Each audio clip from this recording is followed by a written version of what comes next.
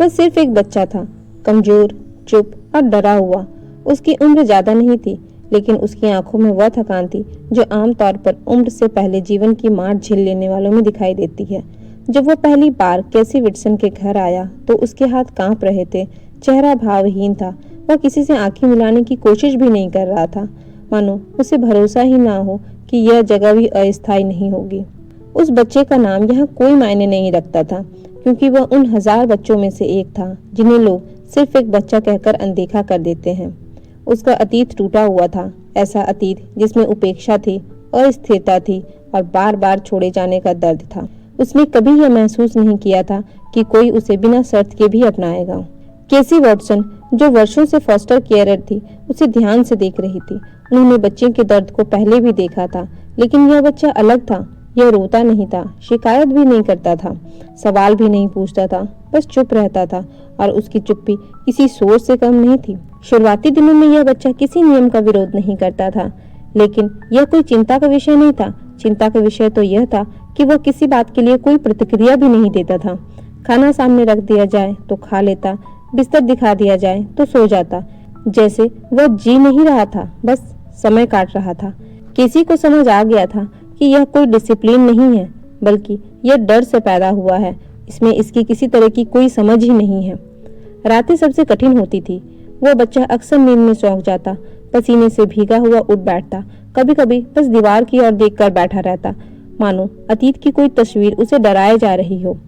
किसी बिना सवाल पूछे उसके पास आके बैठ जाती, ना कोई पूछताछ, ना कोई दबाव, बस एक शांत मौजूदगी। दिन बीतते गए। किसी ने धीरे धीरे यह महसूस कराना शुरू किया कि इस घर में चीजें अलग है।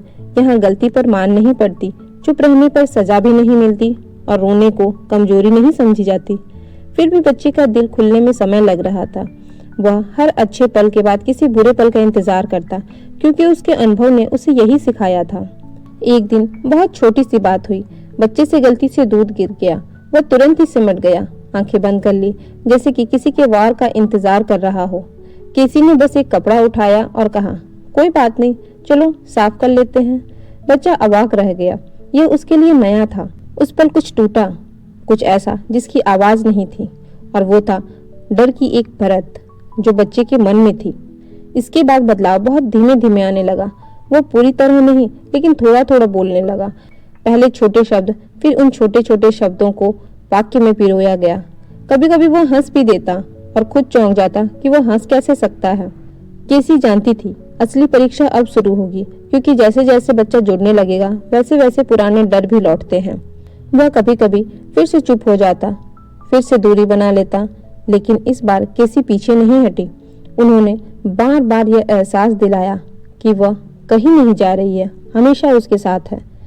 समय के साथ बच्चा समझने लगा कि यह रिश्ता अस्थायी नहीं है। वह स्कूल में बेहतर करने लगा, लोगों से नजर मिलाने लगा।